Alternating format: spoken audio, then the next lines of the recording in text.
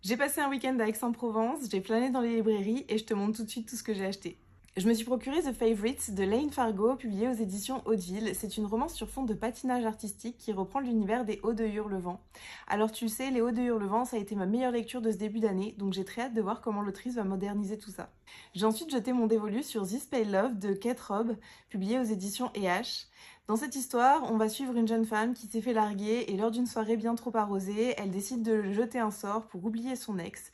Seul problème, le lendemain matin, c'est son meilleur ami qui l'a oublié. On est sur une trope de Friends to Lovers et de Soulmates, j'ai très hâte de voir ce qu'il nous réserve. J'ai ensuite été interpellée par Morgane de Emmanuel Arioli aux éditions J.C. Lattès.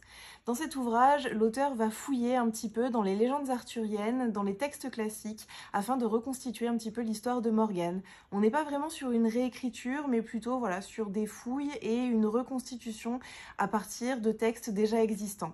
Je me suis ensuite procuré Désirer la violence de Chloé Thibault, publié chez Point.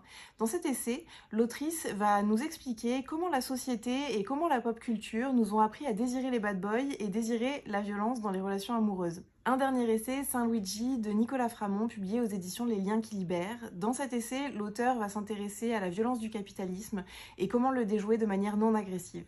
Dis-moi en commentaire si tu as lu l'un de ces livres ou si l'un d'eux te donne envie. Et surtout, n'oublie pas de t'abonner pour ne pas manquer les prochaines vidéos. Ciao ciao!